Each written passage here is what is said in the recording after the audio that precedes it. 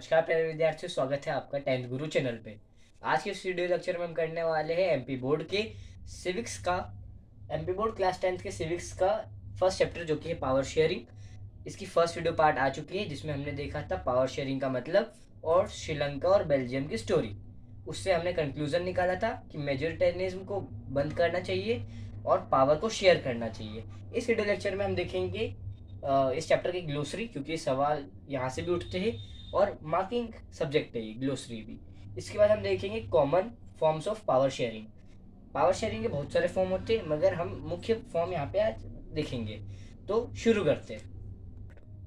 Glossary का first topic आता है एथनिक।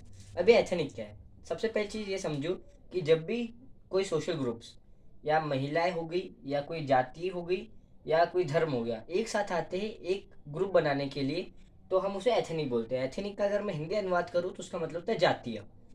जब भी एक तरीके के लोग एक कल्चर को परफॉर्म करने वाले अपना कल्चर शेयर करते कई लोगों के साथ, कई लोग एक ही कल्चर को परफॉर्म करते, तो उसे हम एथनिक कह सकते हैं। इसकी प्रॉपर डेफिनेशन आपके बुक के पेज नंबर 2 पे दी गई है और ये टॉपिक आपको बोर्ड में 2 मार्क्स 3 मार्क्स दिलाने में मदद कर सकता है।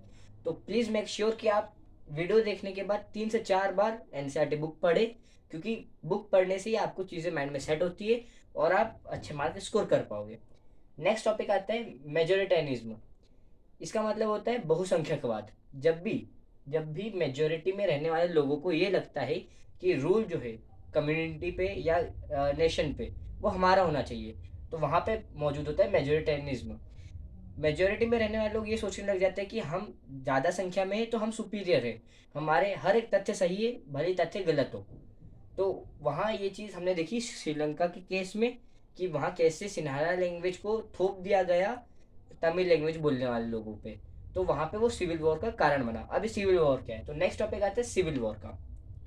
सिविल वॉर जब भी एक देश में दो सोच वाले लोगों के, दो थिंक वाले लोगों के आपस में कन्फ्लिक्ट हो जाए, और नॉर्मली नहीं, बहसबाजी ठीक है चलती रहती है, हर एक देश में होता है, लेकिन ये कन्फ्लिक्ट जब वायलेंट रूप ले ले, जब ये हिंसक बन जाए, एक दूसरे के खून खराबे पे बात आती है, तो वहाँ पे हम देखते हैं सिविल वॉर होना। श्रीलंका में सिविल वॉर हमने देखा है 2009 में एंड हुआ है और उसके कारण उनकी इकोनॉमी गिरी थी। और नेक्स्ट एक शब्द आता है प्रूडेंशियल। प्रूडेंशियल का मतलब होता है सोची समझी काम, मतलब ऐसी चीज़ जिसमें हम प्रॉफिट और लॉस का कंपैरिजन करते, हम ये देखते कि प्रॉफिट हमारे लॉस पे कितना एक्सीड कर रहा है। अगर प्रॉफिट हमारे लॉस पे एक्सीड करता है तो हम वो काम करते हैं। तो प्रूडेंशियल वर्ड हमने यूज़ किया है पावर शेयरिंग को बताने के लिए कि हमारा प्रूडेंशियल रीज़न क्या है और मॉरल रीज़न क्या है। प्रूडेंशियल रीज़न हमने देखा है कि यूनिटी को बचाए रखता है और कॉन्फ्लिक्ट को रोकने में काम आता है पावर शेयरिंग। तो इसी के साथ हम नेक्स्ट टॉपिक पे चलते हैं जो कि common form of power sharing. तो अब तक हम ये जान चुके हैं कि पावर शेयरिंग क्या है, क्यों ज़रूरी है।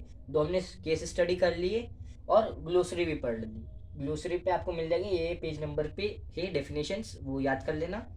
अब नेक्स्ट हम देखते हैं पावर शेयरिंग करने अच्छी बात है, पर करेंगे कैसे, कितने फॉर्म्स में पावर को हम शेयर कर सकते हैं। तो इसके बहुत सारे फॉर्म होते हैं, मगर आपके चैप्टर में हमें 4 फॉर्म दिए गए हैं, जो कि है डिफरेंट ऑर्गन में, गवर्नमेंट के डिफरेंट ऑर्गन में पावर को शेयर करना, गवर्नमेंट के डिफरेंट लेवल पे पावर को शेयर करना, अलग अलग सोशल ग्रुप्स को पावर देना और पॉलिटिकल पार्टी और प्रेशर ग्रुप्स को पावर देना। तो एक एक करके सभी को समझते हैं। सबसे पीछे आती है डिफरेंट ऑर्गन ऑफ गवर्नमेंट को पावर देना। गवर्नमेंट के हम जानते हैं 3 ऑर्गन होते हैं मेन। डेमोक्रेसी की 4 पिलर है, जिसमें अगर मीडिया को हम हटा दें तो बाकी के 3 गवर्नमेंट के फॉर्म होते हैं, लेजिस्लेचर, एग्जीक्यूटिव और जुडिशियरी।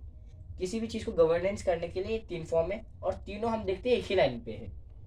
लेजिस्लेचर नियम बनाएगा, एग्जीक्यूटिव नियम को एग्जीक्यूट करेंगे, जुडिशियरी ये देखेंगे कि वो पालन अच्छे से हो रहा है कि नहीं, और तीनों एक दूसरे को चेक करेंगे। इसलिए इसका नाम हमने रखा है check and balance.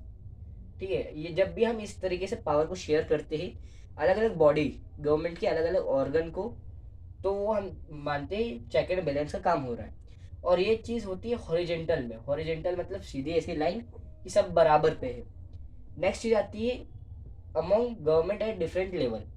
Second form में पावर को शेयर करने का गवर्नमेंट में ही हम अलग अलग लेवल पे पावर को शेयर कर दें, ये होता है vertical form of power sharing. और ये फेडरल डिवीजन ऑफ पावर भी कहते हैं इसको। अब ऐसा क्यों, ये समझिए। सबसे पहले जो पावर होगी वो सबसे ज़्यादा हाथ में होगी सेंट्रल गवर्नमेंट की।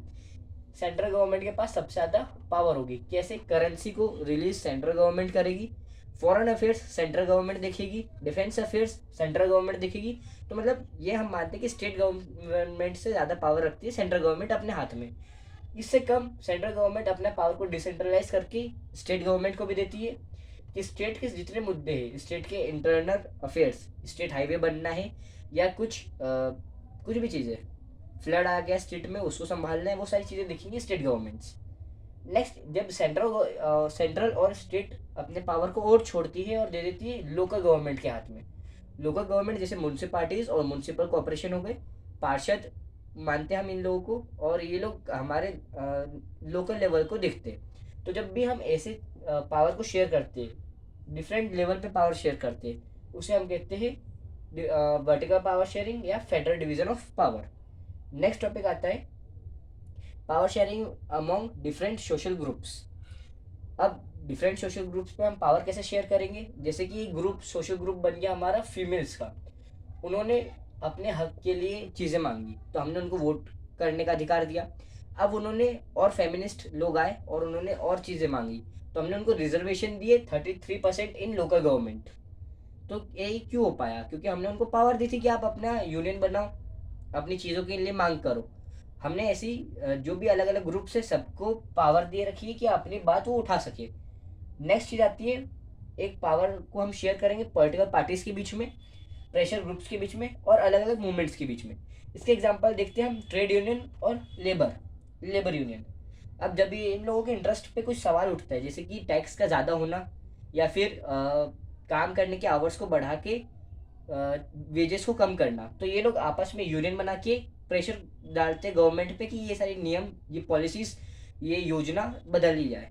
और इसी के साथ हम ये पावर इन 4 ग्रुप्स में आपस में बांटते। एक और बार रिवाइज कर लेते। डिफरेंट ऑर्गन में बांटेंगे हम गवर्नमेंट के, जो कि होता है हॉरिजेंटल, और लेजिस्लेचर, एग्जीक्यूटिव, जुडिशरी एक दूसरे को चेक करते हैं। नेक्स्ट होता है डिफरेंट लेवल पे बांटना, जिसमें हम कहते हैं वर्टिकल पावर शेयरिंग, जिसमें हम देखते हैं सेंट्रल गवर्नमेंट, स्टेट गवर्नमेंट और लोकल गवर्नमेंट में पावर बटे हुए। नेक्स्ट, सोशल ग्रुप्स में पावर बटे हुए हैं, जिसका परिणाम हमें रिजर्वेशन दिखता है काफ़ी सारी चीज़ों में। नेक्स्ट आता है पॉलिटिकल पार्टीज, प्रेशर ग्रुप्स और मूवमेंट में पावर को बांटा गया है, जिसका हमें रिजल्ट दिखता है ट्रेड यूनियन और लेबर यूनियन में। तो इसी के साथ चैप्टर हो गया ख़त्म। प्लीज़ 2 से 3 बार इस चैप्टर को पढ़िएगा, और वीडियो अच्छी लगी हो तो लाइक एंड सब्सक्राइब कीजिएगा और जुड़े रहिए 10th गुरु के साथ। Thank you.